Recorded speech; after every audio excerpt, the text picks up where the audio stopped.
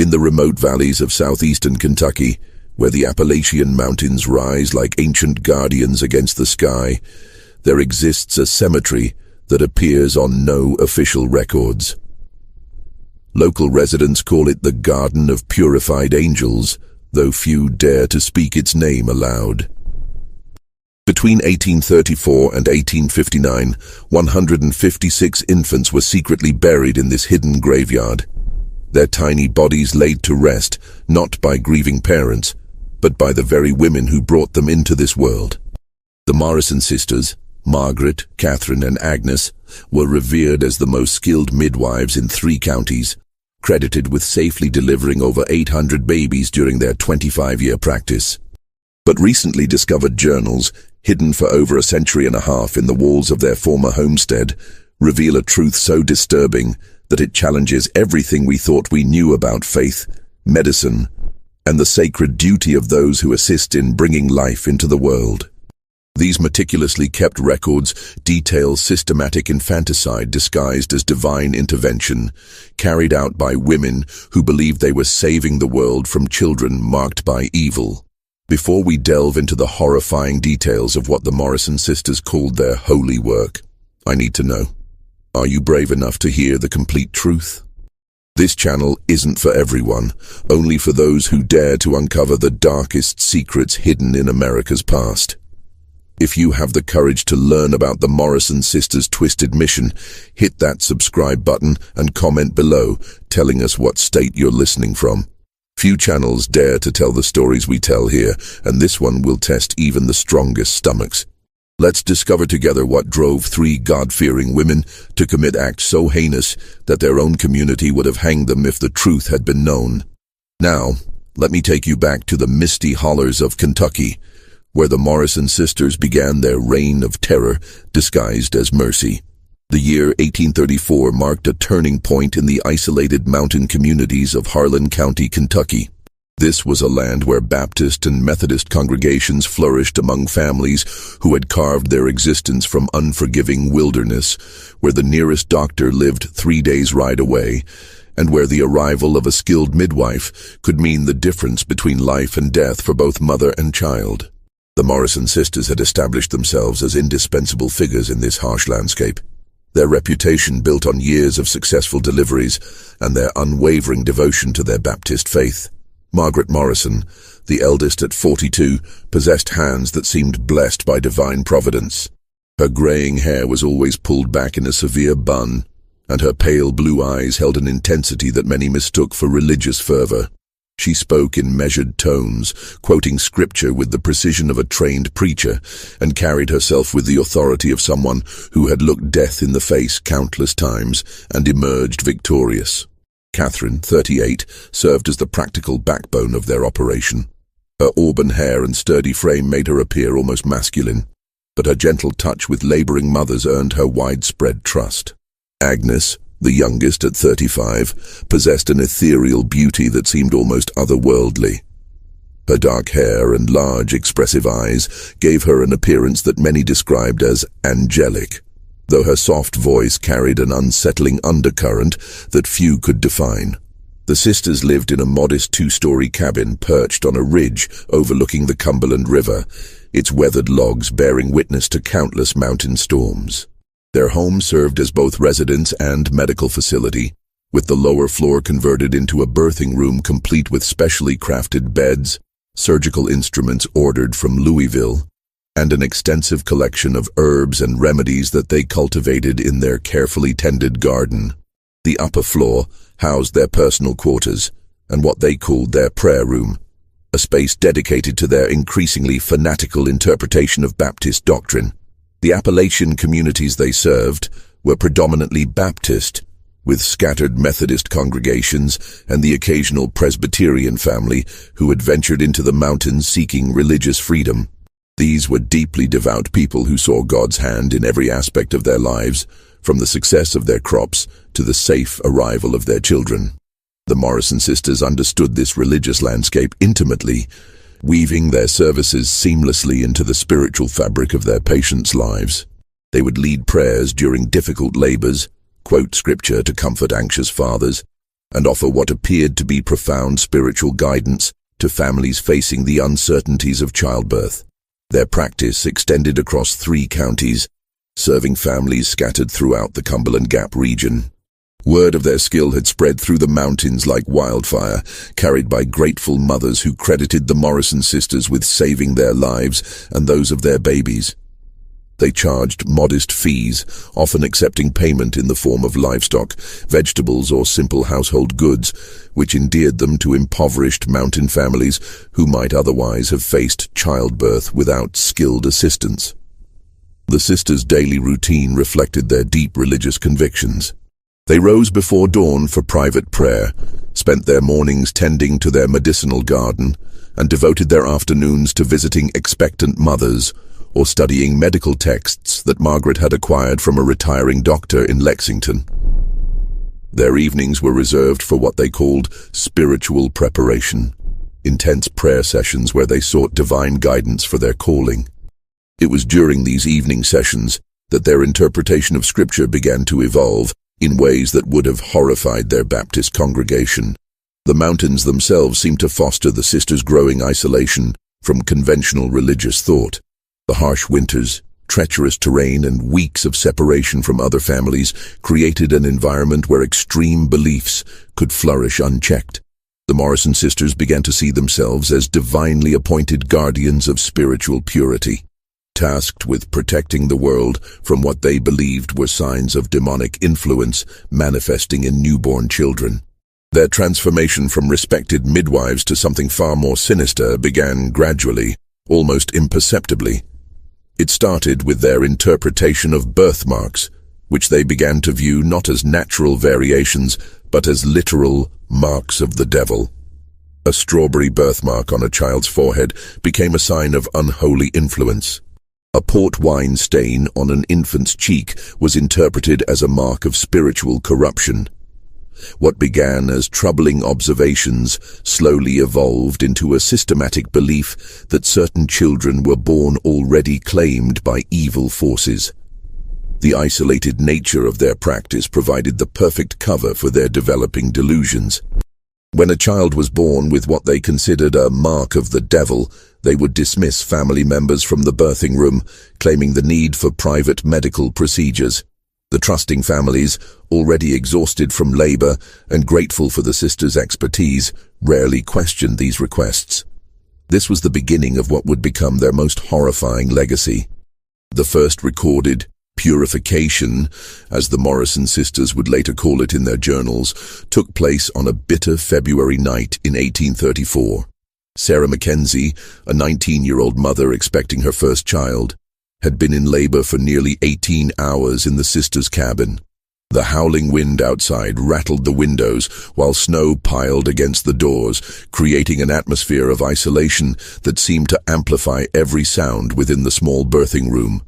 Margaret Morrison, her hands stained with blood and her face glistening with perspiration, finally delivered the infant as the clock struck midnight. The baby boy emerged healthy and crying. But as Agnes cleaned him by lamplight, she noticed a large, dark birthmark covering nearly half of his left cheek. The mark was irregularly shaped, resembling what superstitious mountain folk might call a devil's handprint. Agnes held the child closer to the flickering flame, her eyes widening as she examined the mark more closely. She exchanged a meaningful glance with Margaret, who immediately moved to examine the infant herself. "Sister," Agnes whispered, her voice barely audible above the wind. "Look at this mark. It's not natural. It's too dark, too perfect in its evil."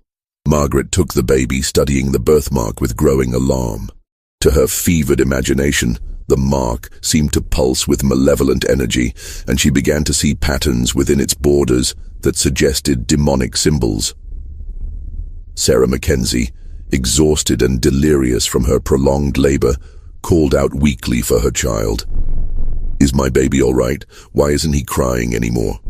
The sisters had instinctively moved to the far corner of the room, speaking in hushed tones while the infant lay wrapped in a blanket, his cries gradually subsiding. Margaret's mind raced as she stared at the birthmark.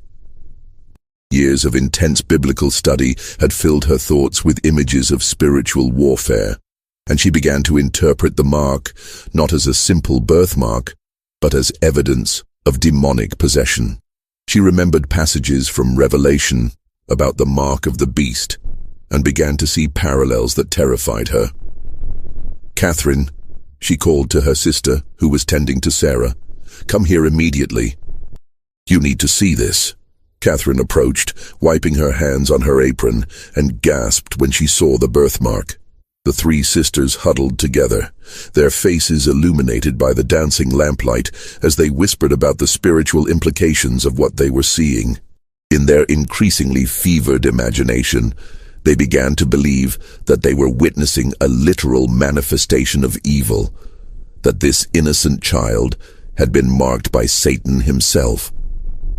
"We cannot allow this abomination to enter the world," Margaret declared, her voice filled with religious fervor. "God has placed this child in our hands for a reason. We must purify him before his corruption can spread."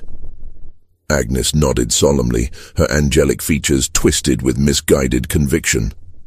"It would be a mercy," she whispered, "to save him from a life of evil and save others from his influence." What happened next would haunt the Morrison sisters for the rest of their lives, though they would never admit it was wrong. Margaret, believing she was performing a divine service, placed her hands over the infant's nose and mouth. The baby struggled briefly before his movements ceased, his tiny body going limp in her arms. The sisters then turned to Sarah Mackenzie, who had mercifully lost consciousness from exhaustion and blood loss.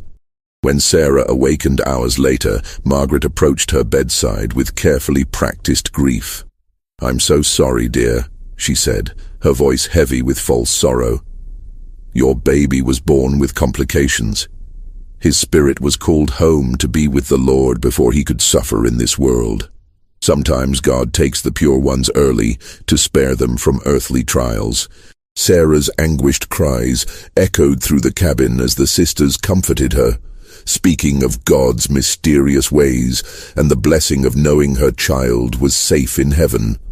The infant was buried that same night in a small grave behind the Morrison cabin, the first of many that would eventually become their secret cemetery. The sisters marked the grave with a simple wooden cross and held a brief prayer service, convincing themselves that they had performed a sacred duty. They recorded the event in a journal that Margaret had begun keeping, writing in careful script. February 12th, 1834. Purified one marked by darkness. The Lord's work continues. As dawn broke over the mountains, the sisters began to craft their story. They told Sarah's husband, Thomas, that the baby had been born with severe internal defects that made survival impossible. They described fictional complications that sounded medically plausible to uneducated mountain folk, and they offered to handle the burial arrangements as a gesture of Christian charity. Thomas, grief-stricken and trusting, accepted their explanation and even thanked them for their kindness in sparing his wife the sight of their deformed child. The ease with which they had deceived the grieving parents both disturbed and emboldened the Morrison sisters. They began to see their deception as divinely inspired, a necessary component of their sacred mission. Over the following days, they refined their explanations and practiced their expressions of sympathy, preparing for future purifications that they now believed were inevitable. Word of the Mackenzie baby's death spread through the mountain communities, as such news always did, carried by neighbors and relatives who offered condolences and shared their own stories of infant mortality.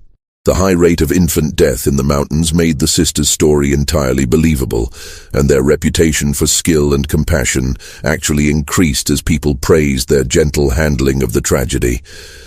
But the Morrison sisters had crossed a line from which there would be no return. They had tasted the intoxicating power of playing God, of making life and death decisions based on their twisted interpretation of divine will. The first murder had been committed in a moment of religious hysteria, but it would not be the last.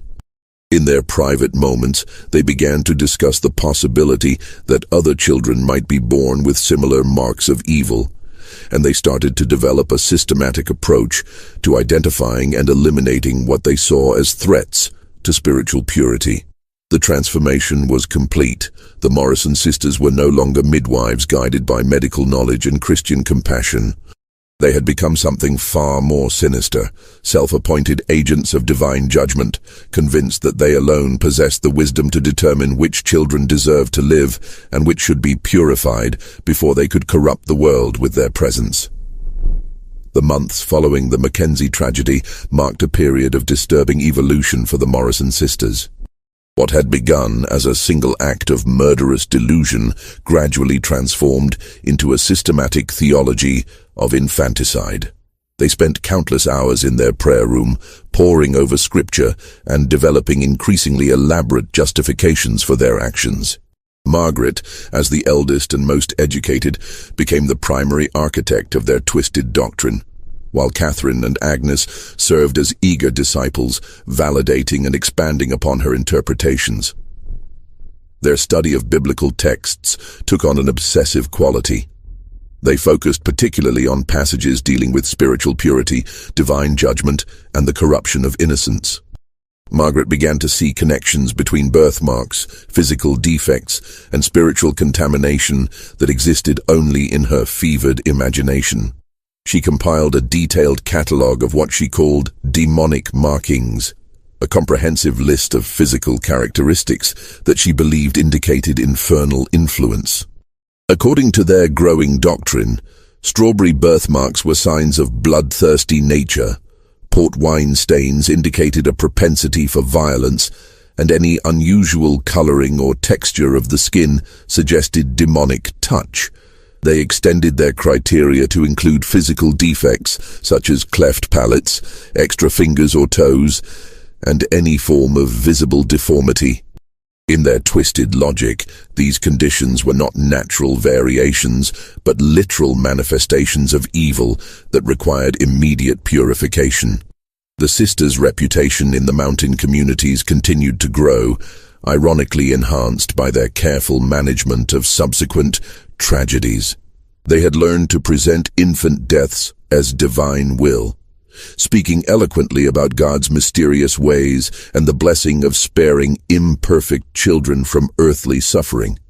Their apparent expertise in handling such situations actually increased demand for their services, as families believed the Morrison sisters possessed special wisdom about life and death.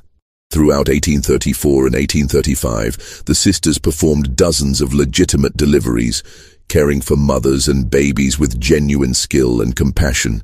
But when infants were born with what they considered demonic markings, the routine became horrifyingly predictable. They would dismiss family members from the birthing room, claiming medical necessity, and then perform their purification ritual. The babies would be suffocated quickly and quietly, their struggles brief and unnoticed by exhausted mothers. The sisters developed an elaborate system for explaining these deaths to grieving families. They created fictional medical conditions with impressive-sounding names, described imaginary complications that required immediate intervention, and offered detailed explanations about why the babies could not survive. Their medical knowledge, combined with their religious authority, made their stories completely believable to uneducated mountain folk who had little choice but to trust their expertise. Agnes proved particularly skilled at comforting bereaved parents, her angelic appearance and soft voice providing solace to families destroyed by loss. She would spend hours with grieving mothers, reading scripture and offering theological explanations for their suffering. Her genuine tears and apparent empathy masked the fact that she had helped orchestrate the very tragedies she was now counseling others to accept.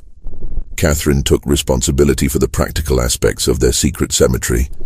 She selected a secluded area behind their cabin, hidden by dense forest and accessible only through a narrow path known only to the sisters. She dug the tiny graves herself, working by moonlight to avoid detection, and created a careful record of each burial location.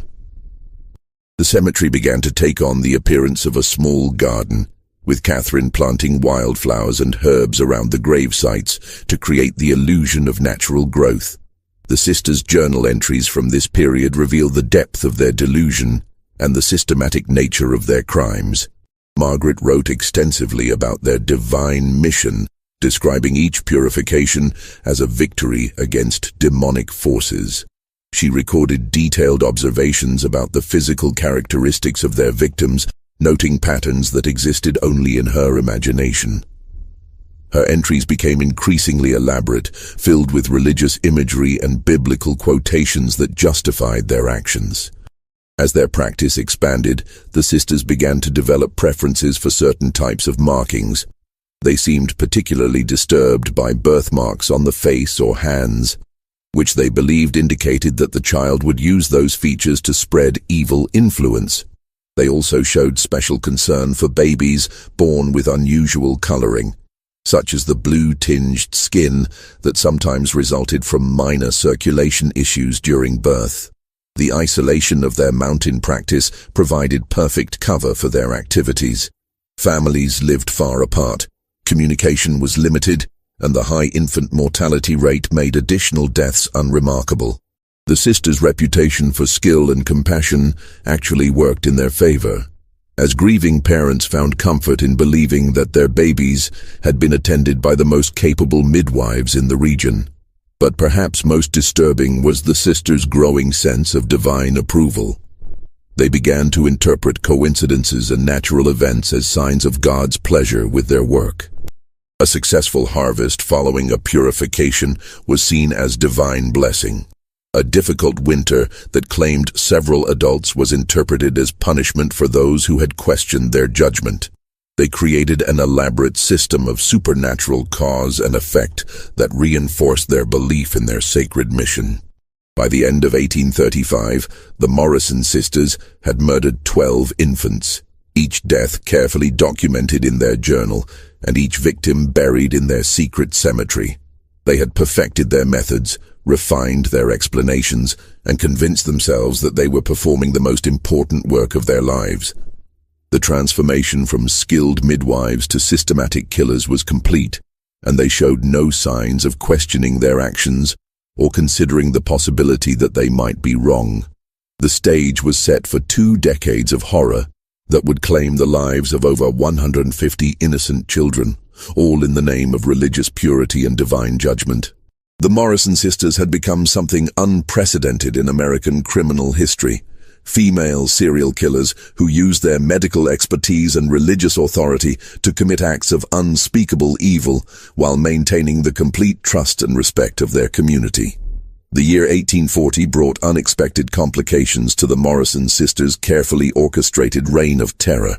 Rebecca Whitmore, a 23-year-old mother from a prominent Methodist family, had requested their services for the birth of her 3rd child. The Whitmores were known throughout the region for their education and their connections to the growing Methodist movement, which emphasized personal spiritual experience and social reform. Unlike many of their previous clients, Rebecca possessed both literacy and a questioning nature that would prove dangerous to the sisters' secret operations. The delivery took place on a sweltering July evening, with thunder rumbling in the distance and the air thick with the promise of rain. Rebecca's labor progressed normally until the moment of birth, when her daughter emerged with a distinctive birthmark covering her left shoulder and upper arm. The mark was deep red and roughly shaped like a crescent moon, clearly visible and unmistakably what the Morrison sisters considered a sign of demonic influence. Margaret immediately recognized the birthmark as fitting their criteria for purification, but Rebecca's alertness and education presented a unique challenge. Unlike their usual clients, who were often exhausted and trusting, Rebecca remained conscious and demanding throughout the process. She insisted on holding her daughter immediately after birth, examining the baby carefully while the sisters exchanged worried glances. "What is this mark on her shoulder?" Rebecca asked, her voice sharp with concern. "Is it something that will affect her health?" Margaret began to formulate one of their standard explanations about spiritual corruption, but Rebecca's medical knowledge, gained from her educated upbringing, allowed her to recognize the birthmark as a common and harmless condition. "This is simply a strawberry hemangioma," Rebecca declared, using medical terminology that surprised the sisters. My cousin in Louisville had one very similar. It will fade as she grows older and poses no threat to her health. She clutched her daughter protectively, her eyes moving between the three sisters as she noticed their unusual behavior. The sisters found themselves in an unprecedented situation. Their standard methods of deception would not work on an educated woman who understood basic medical principles.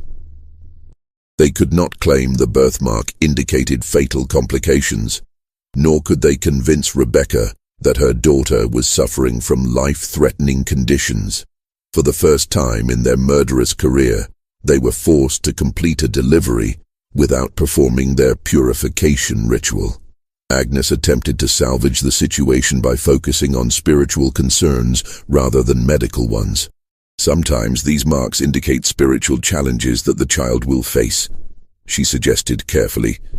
We should perform special prayers to protect her from evil influences. But Rebecca, secure in her Methodist faith and confident in her medical knowledge, dismissed such superstitions as outdated thinking. My daughter is perfectly healthy and blessed by God, Rebecca stated firmly. I will not have her subjected to unnecessary rituals or treatments. She named the baby Grace and insisted on taking her home immediately, despite the sisters' protests that she needed time to recover from the birth. The Morrison sisters watched helplessly as Rebecca departed with her marked child, carrying what they believed to be a vessel of evil influence into the world. This failure to perform their divine duty filled them with anxiety and dread. They spent the following days in intense prayer and consultation, trying to understand how God could have allowed such a setback to their sacred mission. Margaret's journal entries from this period reveal her growing paranoia and obsession with the Whitmore case. She wrote extensively about the spiritual dangers of allowing marked children to survive, describing elaborate theories about how Grace Whitmore's birthmark might influence other children in the community. She became convinced that their failure to purify the child would lead to increased demonic activity in the region. Over the following months, the sisters began to monitor the Whitmore family obsessively. They made excuses to visit Rebecca, ostensibly to check on her recovery, but actually to observe Grace's development. They watched for signs of evil influence, interpreting every normal aspect of infant behavior as potential evidence of demonic activity. When Grace smiled, they saw it as evidence of unholy joy. When she cried, they interpreted it as the voice of evil demanding attention. The sisters' fixation on the Whitmore case began to affect their judgment in other situations. They became increasingly paranoid about their ability to identify marked children, developing more elaborate and expansive criteria for purification. They began to consider minor physical variations as potential signs of demonic influence, expanding their deadly mission to include children who might have survived their scrutiny in earlier years. Their growing anxiety led to more frequent purifications throughout 1840 and 1841. They murdered 18 infants during this period, each death justified by increasingly minor physical characteristics. A slightly asymmetrical ear became evidence of demonic distortion. A birth mole smaller than a pea was interpreted as a hidden mark of evil. Their paranoia had transformed them from selective killers into indiscriminate murderers who saw threats in every unusual physical characteristic. The sisters also began to develop elaborate rituals around their purifications, convinced that their previous methods had been insufficient to fully cleanse the spiritual contamination. They created detailed ceremonies involving prayer, scripture reading, and what they called purification blessings that were performed over each victim before and after death. These rituals served to further distance them from the reality of their actions, transforming murder into religious ceremony. But the Whitmore case had planted seeds of doubt that would continue to grow over the following years. The sisters had been forced to confront the possibility that their divine mission might not be as clear-cut as they had believed. They began to question whether they were correctly interpreting God's will, whether their criteria for identifying marked children were comprehensive enough, and whether their methods of purification were sufficiently thorough. These doubts manifested in increasingly erratic behavior. The sisters began to contradict each other about specific cases, arguing about whether particular children qualified for purification. They developed complex systems for confirming their decisions, requiring unanimous agreement before proceeding with any purification. They also began to second-guess their past actions, wondering if they had made errors in judgment that might have spiritual consequences. The psychological strain of their secret activities, combined with the stress of the Whitmore case, began to take its toll on the sisters' mental health. Margaret developed severe insomnia and began to experience what she described as divine visions that provided guidance about their mission. Catherine became increasingly withdrawn, spending long hours in solitary prayer and showing signs of depression. Agnes began to display symptoms of religious hysteria, speaking in tongues during their prayer sessions and claiming to receive direct communications from angels. By 1842, the Morrison sisters had evolved from confident instruments of divine will into paranoid obsessive murderers who lived in constant fear of discovery and divine judgment. Their failure to purify Grace Whitmore had shattered their sense of infallibility and forced them to confront the possibility that their mission might be flawed. But rather than abandoning their deadly activities, they doubled down on their commitment to purification, convinced that their previous failures had been the result of insufficient dedication rather than fundamentally flawed beliefs. The stage was set for the most intensive period of their murderous career as they attempted to compensate for their perceived failures through increased vigilance and more frequent purifications. The Morrison sisters had become trapped in a cycle of religious delusion and murderous compulsion that would drive them to commit their most heinous acts in the years to come.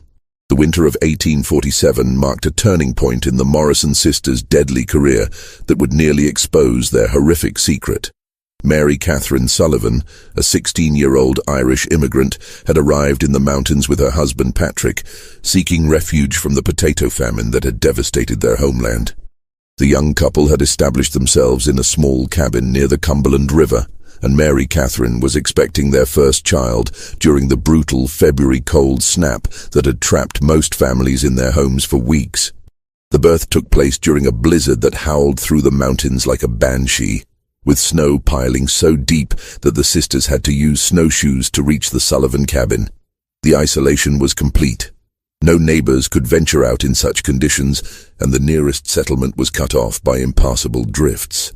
It was the perfect setting for what the sisters believed would be another routine purification. Mary Catherine's labor was difficult and prolonged, lasting nearly 24 hours while the storm raged outside. The sisters worked by candlelight, their faces illuminated by flickering flames that cast dancing shadows on the cabin walls. When the baby finally emerged, Agnes immediately noticed the distinctive birthmark that covered the infant's right cheek and extended down his neck. The mark was dark and irregularly shaped, resembling what superstitious minds might interpret as a clawed hand. But Mary Catherine Sullivan was not like their previous victims' mothers. Despite her youth and exhaustion, she possessed an Irish spirit that refused to be easily deceived. When Margaret began to move the baby away from her, claiming the need for medical examination, Mary Catherine struggled to sit up and demanded to see her child. "Give me my baby," she insisted, her voice carrying the authority of maternal instinct. "I want to hold him now." The sisters exchanged meaningful glances, recognizing the telltale signs of a mother who would not be easily separated from her child. But they had committed themselves to their deadly mission, and the birthmark was too prominent to ignore. Agnes attempted to distract Mary Catherine while Margaret prepared for the purification ritual. "You need to rest, dear," Agnes said softly, her angelic features arranged in an expression of false concern. "Let us clean him properly, and then you can hold him." But Mary Catherine's maternal instincts were fully aroused, and she could sense something wrong in the sisters' behavior. "There's something you're not telling me," Mary Catherine declared, her Irish accent becoming more pronounced with emotion. "What's wrong with my baby? Why won't you let me see him?" She attempted to rise from the bed, but Catherine gently restrained her, speaking in soothing tones about the need for maternal rest after difficult labor. The sisters found themselves in an impossible situation. They could not perform their purification ritual with Mary Catherine awake and alert, but they also could not allow the marked child to survive. Margaret made a decision that would haunt them for years to come. She decided to proceed with the purification despite the mother's presence, believing that they could convince her afterward that the baby had died from natural causes. What happened next would be seared into Mary Catherine's memory for the rest of her life. As Margaret held the infant and began to place her hands over his nose and mouth, Mary Catherine caught a glimpse of the action in the reflection of a mirror on the cabin wall. She saw Margaret's deliberate movements, saw the way the baby struggled briefly before going still, and realized with horror that she was witnessing the murder of her own child. "Sweet Jesus, what are you doing?" Mary Catherine screamed, her voice carrying a note of terror that seemed to penetrate the walls of the cabin. She lunged forward with superhuman strength, breaking free from Catherine's restraining hands and reaching for her baby. But it was too late. The infant was already dead, his tiny body limp in Margaret's arms. The sisters had never been confronted with a witness to their actions, and they found themselves unprepared for Mary Catherine's reaction. She fought like a wildcat, clawing and scratching at Margaret while screaming accusations in both English and Gaelic. The sisters were forced to physically restrain her, holding her down while Margaret began the familiar litany of explanations about complications and divine will. But Mary Catherine was not convinced. She had seen enough to know that her baby had been murdered, and she began to threaten the sisters with exposure. "You killed my baby!" she shrieked, her voice carrying across the snow-covered landscape. "You're murderers! Devils! I'll see you all hang for this!" The sisters realized that they faced their greatest crisis since beginning their deadly mission. Margaret made another fateful decision. Rather than attempting to silence Mary Catherine permanently, she chose to rely on the isolation of their location and the young woman's status as a foreign immigrant. "Who will believe you?" Margaret asked coldly, her religious mask slipping to reveal the calculating killer beneath. "You're a foreign woman, barely able to speak proper English, claiming that respected midwives are murderers. We've delivered hundreds of babies safely. You've just lost your mind with grief." The psychological warfare that followed was as cruel as the physical murder they had committed. The sisters spent hours convincing Mary Catherine that she was delusional, that her grief had caused her to imagine things that never happened. They quoted scripture about the dangers of false witness, reminded her of their reputation in the community, and suggested that her accusations would only bring shame and suspicion upon herself and her husband. Agnes played her role perfectly, weeping sympathetically while insisting that Mary Catherine's accusations were breaking her heart. "We've dedicated our lives to helping mothers and babies," she said through carefully manufactured tears. "How can you say such terrible things about us? We're heartbroken that your baby couldn't survive, but you mustn't blame us for God's will." The sisters' psychological manipulation was devastatingly effective. Mary Catherine, isolated in a foreign land with no family support and limited English skills, began to doubt her own perceptions. The sisters' reputation for skill and compassion seemed to contradict what she thought she had witnessed. Perhaps her grief really had caused her to imagine things that never happened. But deep in her heart, Mary Catherine knew what she had seen. She knew that her baby had been murdered, and she knew that the Morrison sisters were not the holy women they pretended to be. However, she also understood that she had no power to convince anyone of the truth. She was a foreign woman in a strange land, with no allies and no evidence beyond her own testimony. The sisters allowed Mary Catherine to hold her dead baby briefly, watching carefully as she grieved over his lifeless form. They spoke gently about the mystery of God's will and the blessing of knowing that her child was safe in heaven. They offered to handle the burial arrangements and even suggested that they would not charge for their services, given the tragic outcome. Patrick Sullivan arrived the next morning, having fought his way through the snowdrifts to reach his wife and child. The sisters met him with carefully prepared explanations about complications during birth and the tragic loss of his son. They spoke movingly about Mary Catherine's grief and the way sorrow could sometimes cause people to imagine things that never happened.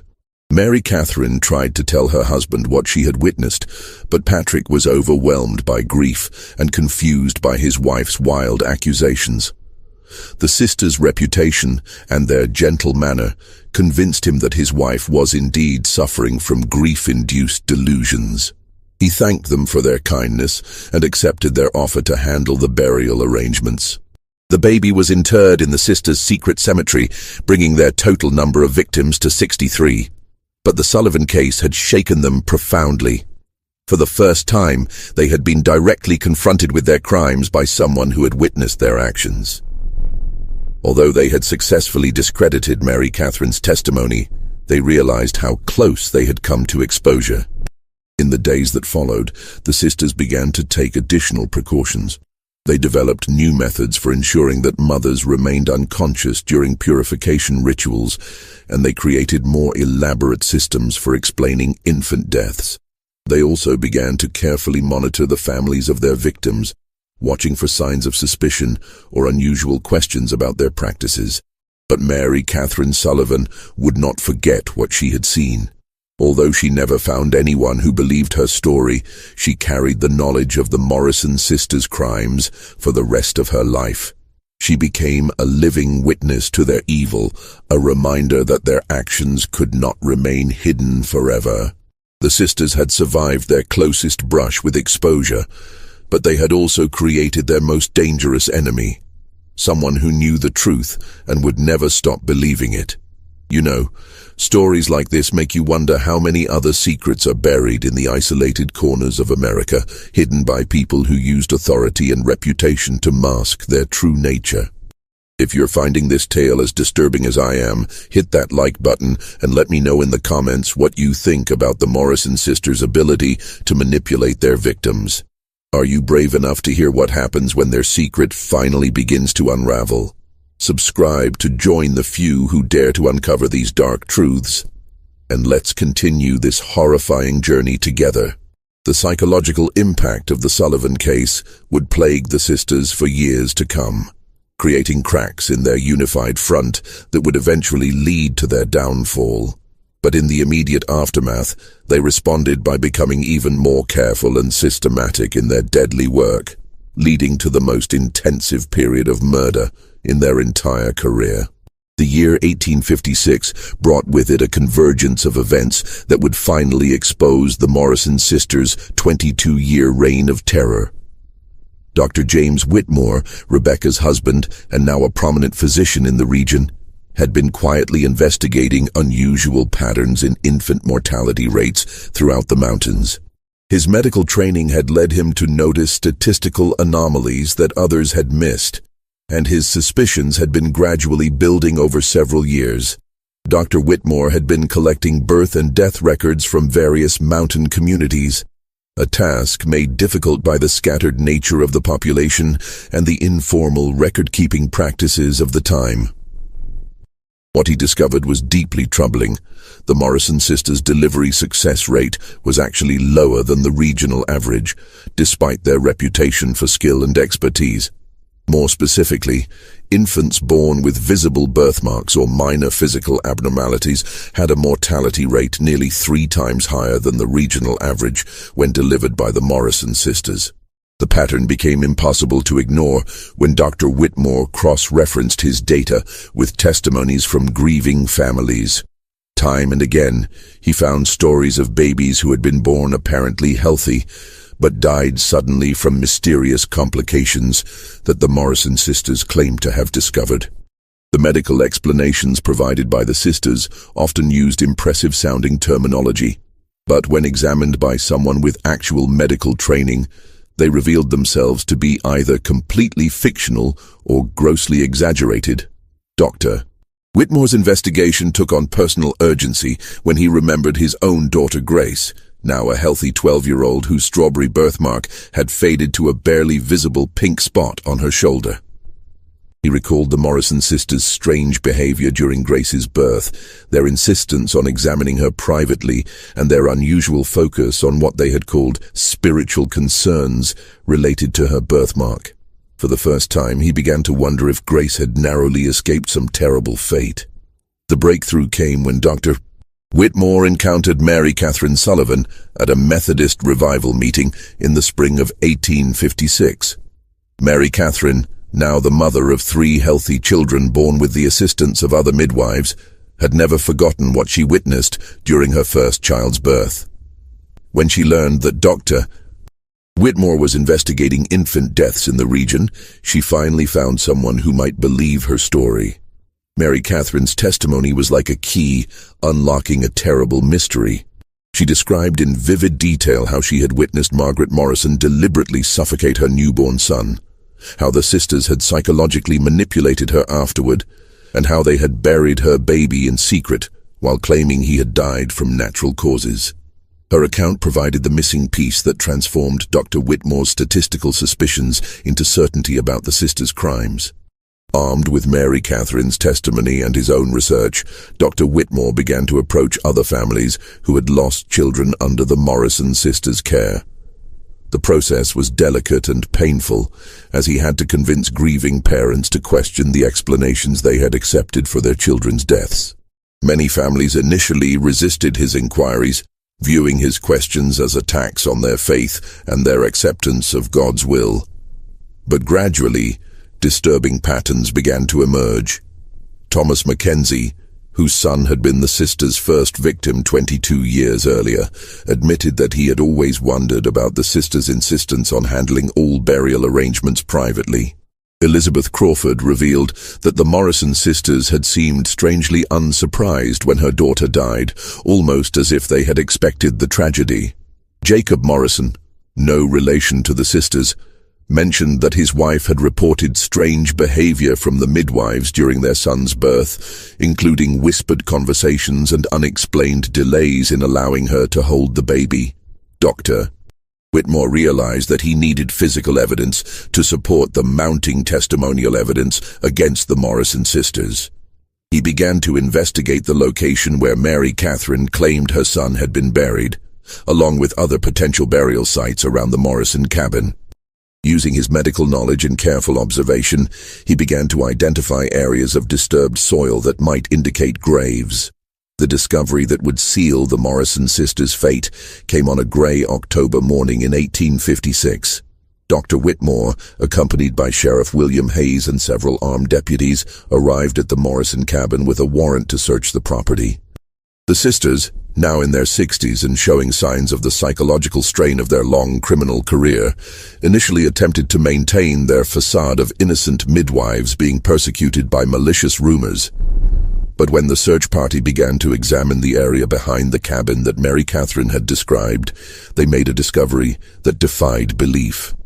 The ground revealed evidence of more than 100 small graves, each carefully marked with wooden crosses that had weathered and fallen over the years. The sheer number of burial sites made it impossible for the sisters to claim they were simply the graves of babies who had died from natural causes. As the excavation continued, the full scope of the Morrison sisters' crimes became apparent. The tiny skeletons told a horrifying story of systematic infanticide spanning more than 2 decades. Many of the remains showed evidence of the physical characteristics that the sisters had deemed worthy of purification. Skulls with formations indicating cleft palates, extra ribs suggesting additional digits, and other minor variations that the sisters had interpreted as signs of demonic influence. But the most damning evidence came from Margaret Morrison's own hand. Hidden in a secret compartment within the walls of their cabin, the search team discovered the sisters' meticulously kept journals. These documents provided a complete record of their crimes, written in Margaret's careful script, and filled with religious justifications for each murder.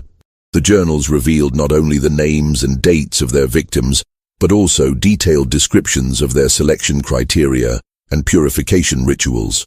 Reading from one of the journal entries, Sheriff Hayes discovered the chilling matter-of-fact tone with which the sisters had recorded their crimes. March 15th, 1841. Purified infant bearing the mark of the beast upon his forehead. The family has been comforted with knowledge of the child's salvation. God's work continues through our faithful hands. Entry after entry detailed similar murders, each one justified by twisted religious doctrine and described with disturbing calm. Confronted with undeniable evidence of their crimes, the Morrison sisters' carefully maintained facade finally crumbled. Margaret, always the leader of their deadly trio, initially attempted to justify their actions by explaining their divine mission to purify marked children. She spoke passionately about their religious duty and their role as instruments of God's will, seemingly unable to comprehend that others might view their actions as criminal rather than holy. Catherine broke down completely under questioning, sobbing as she confessed to her role in the murders while insisting that she had only followed Margaret's guidance. She revealed additional details about their methods and admitted to personally digging many of the graves in their secret cemetery. Her confession provided crucial corroboration for the evidence found at the burial site. Agnes, the youngest sister whose angelic appearance had fooled so many grieving families, displayed the most disturbing reaction to their exposure. She showed no remorse for their actions and continued to insist that they had performed sacred work. She spoke calmly about the children they had saved from lives of evil influence and expressed confusion about why their divine mission was being questioned. The interrogation revealed additional horrifying details about the sisters' crimes. They had developed elaborate rituals around their murders, including prayers and ceremonial elements that they believed enhanced the spiritual effectiveness of their purifications. They had also created detailed criteria for identifying children worthy of death, criteria that had expanded over the years to include increasingly minor physical variations. As news of the sisters' arrest spread throughout the mountain communities, the reaction was one of shock, horror, and disbelief. Families who had trusted the Morrison sisters with their most precious moments began to question every interaction they had experienced with the murderous midwives. Parents who had lost children under the sisters' care were forced to confront the possibility that their babies had been murdered rather than claimed by natural causes. The psychological impact on the affected families was devastating. Parents who had found comfort in believing their children had died from God's will now faced the knowledge that their babies had been brutally murdered by women they had trusted and respected. The grief that many had processed and accepted was suddenly raw and immediate again, complicated by feelings of guilt, anger, and betrayal. Mary Catherine Sullivan, whose testimony had been crucial in exposing the sisters' crimes, experienced a complex mixture of vindication and renewed trauma. After years of carrying the burden of knowledge that no one would believe, she finally had proof that her memories were accurate. But the confirmation of her worst fears about her son's death brought back all the pain and horror of that snowy night in 1847. Dr. Whitmore found himself both celebrated and haunted by his role in exposing the Morrison sisters. While his investigation had prevented future murders and brought justice for the victims, he was deeply disturbed by the scope of the crimes and the realization that they had continued undetected for more than 2 decades. He struggled with questions about whether earlier action on his part might have saved some of the later victims. The Morrison sisters were charged with multiple counts of murder, though the exact number of charges was limited by the difficulty of identifying specific victims and proving individual cases beyond reasonable doubt. The journal entries provided compelling evidence, but the passage of time and the secretive nature of their crimes made prosecution challenging. Margaret Morrison, as the admitted leader of their criminal enterprise, faced the most serious charges. Her journal entries clearly established her as the architect of their murderous doctrine and the primary decision-maker in selecting victims. Catherine and Agnes were charged as accomplices, though their level of culpability was debated given Margaret's apparent dominance over their actions. The trial would become one of the most sensational criminal proceedings in Kentucky history, attracting attention from newspapers throughout the region and beyond. The combination of infanticide, religious fanaticism, and systematic deception created a story that captured public imagination while horrifying observers with its scope and brutality. The trial of the Morrison sisters began in the spring of 1857, transforming the small courthouse in Harlan County into the center of national attention. Newspaper reporters arrived from as far away as New York and Philadelphia, drawn by the unprecedented nature of the case and the shocking details that had emerged during the investigation. The courtroom was packed daily with spectators, many of them families who had been affected by the sisters' crimes. The prosecution, led by Commonwealth Attorney Robert Sterling, presented a methodical case that relied heavily on the sisters' own journal entries and the testimony of Mary Catherine Sullivan. Sterling painted a picture of three women who had perverted their medical knowledge and religious authority to commit systematic murder over more than 2 decades. He read extensively from Margaret's journals, allowing the sisters' own words to condemn them in the eyes of the jury. Dr. Whitmore's testimony provided crucial scientific evidence about the patterns of infant mortality in the region and the statistical impossibility of the deaths being natural. His calm, professional demeanor and clear medical explanations helped the jury understand how the sisters had used their expertise to deceive grieving families and cover their crimes. Mary Catherine Sullivan's testimony was the emotional centerpiece of the prosecution's case. Her detailed account of witnessing her son's murder, delivered in her still noticeable Irish accent, brought many spectators to tears and provided the only direct eyewitness evidence of the sisters' methods. Her courage in finally speaking the truth after years of being dismissed and disbelieved made her a powerful figure for justice. The defense, led by attorney Jonathan Morrison, again no relation to the defendants, faced an almost impossible task.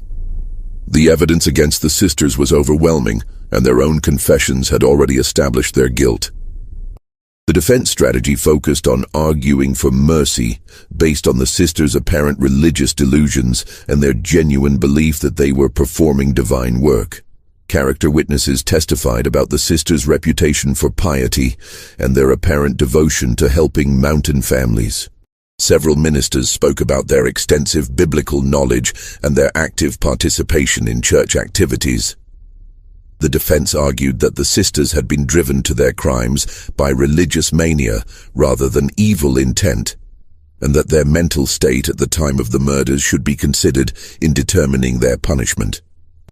Margaret Morrison's testimony on her own behalf was perhaps the most chilling moment of the entire trial. Speaking in the same calm, measured tones that had comforted so many grieving families, she explained her theological justification for the murders. She quoted scripture extensively and described her belief that marked children were literal vessels of evil that posed threats to the spiritual welfare of their communities. "We were instruments of divine mercy," Margaret declared, her pale eyes fixed on the jury. Those children would have lived lives of corruption and evil, spreading darkness wherever they went. By purifying them in infancy, we saved their souls and protected countless others from their influence. I believe with all my heart that God will bless us for our faithful service to His holy will. Catherine's testimony revealed the psychological dynamics within the sister trio. She described how she had initially resisted Margaret's interpretation of their religious duty, but had gradually been convinced that their mission was divinely inspired. Her obvious distress and genuine remorse for her actions created some sympathy among observers, though it did little to change the facts of her participation in the murders. Agnes maintained her disturbing calm throughout her testimony, continuing to insist that their actions had been not only justified, but necessary. She spoke about the children they had saved, as if discussing a successful medical practice, showing no recognition of the horror of their crimes. Her complete lack of remorse and continued belief in their divine mission made her perhaps the most frightening of the three sisters. The trial revealed additional disturbing details about the sisters' crimes that had not emerged during the initial investigation. They had apparently kept detailed records not only of their victims, but also of children they had delivered safely, noting with disappointment when babies they considered borderline cases for purification had been allowed to live due to family circumstances or other complications. The sisters had also developed increasingly elaborate criteria for identifying children worthy of death, expanding their original focus on birthmarks and obvious physical defects to include subtle variations in skin tone, unusual hair patterns, and even what they considered spiritually significant birth timing. Their paranoia and religious delusions had clearly intensified over the years, leading them to see demonic influence in increasingly minor physical characteristics. Expert testimony from ministers and theologians unanimously condemned the sisters' interpretation of Scripture as heretical and dangerous. Representatives from multiple denominations testified that no legitimate Christian doctrine supported the systematic murder of infants, regardless of physical characteristics or perceived spiritual markings. The theological consensus was that the sisters had created their own twisted religion that bore no resemblance to authentic Christian faith. The jury deliberated for only 3 hours before returning guilty verdicts on all charges for all 3 sisters. The speed of their decision reflected both the overwhelming evidence against the defendants and the horror of their crimes. The courtroom erupted in applause when the verdicts were announced, though many spectators were also moved to tears by the magnitude of the tragedy that had been revealed. Judge Harrison Caldwell sentenced Margaret Morrison to death by hanging, calling her crimes an abomination against God, nature, and human decency. Catherine and Agnes received life sentences in consideration of their apparent subservience to Margaret's leadership, though the judge made clear that their crimes deserved no less severe punishment. Margaret Morrison was executed on October 15, 1857. In front of a crowd of nearly 3,000 spectators who had traveled from throughout Kentucky and neighboring states to witness the end of one of America's most prolific female serial killers. She maintained her religious delusions until the end, spending her final moments on the gallows, praying for the souls of the children she had murdered, and expressing confidence that God would reward her for her faithful service. Catherine Morrison died in prison in 1864, reportedly from a combination of tuberculosis and what prison officials described as a complete mental breakdown. She had spent her final years in a state of deep depression and religious obsession, constantly praying for forgiveness while maintaining that she had only followed her sister's guidance. Agnes Morrison lived until 1871, spending 14 years in prison while continuing to insist that their actions had been divinely inspired. She died unrepentant, still believing that she and her sisters had performed sacred work. The Morrison sisters' secret cemetery was consecrated as a proper burial ground, with each tiny grave marked with a headstone bearing the inscription, "Unknown Child, Victim of Madness." The site became a place of pilgrimage for affected families and a sobering reminder of how religious fanaticism could be twisted into justification for unspeakable crimes. Dr. James Whitmore continued his medical practice and became a leading advocate for improved training and regulation of midwives throughout Kentucky. He established a scholarship fund in memory of the Morrison sisters' victims and worked tirelessly to ensure that such crimes could never again be hidden behind a facade of medical authority and religious respectability. Mary Catherine Sullivan became something of a folk hero in the region, celebrated for her courage in finally speaking the truth about what she had witnessed. She used her newfound voice to advocate for immigrant rights and women's protection, drawing on her experience of being dismissed and disbelieved to help other marginalized voices be heard.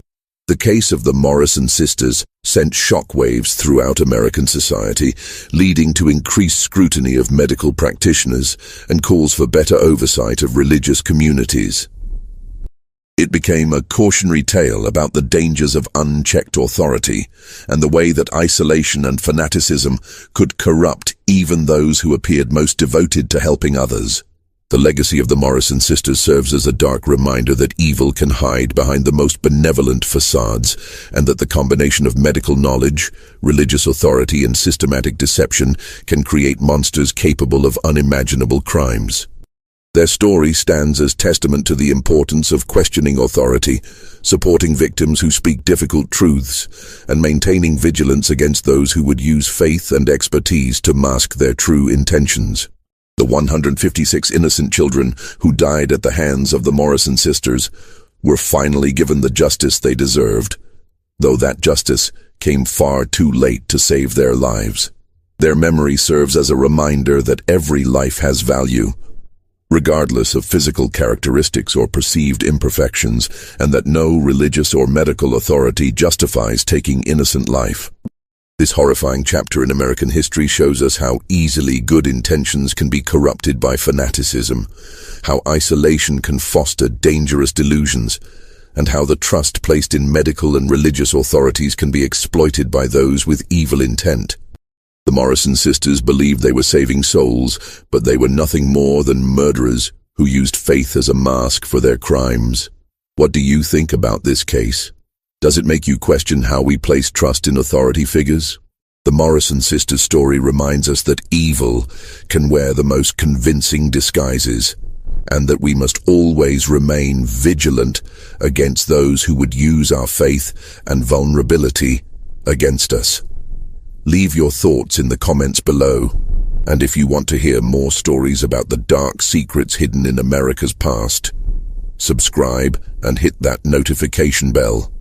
Share this video with someone brave enough to handle these disturbing truths. Until next time, remember that the most dangerous monsters are often those who convince us they're our protectors.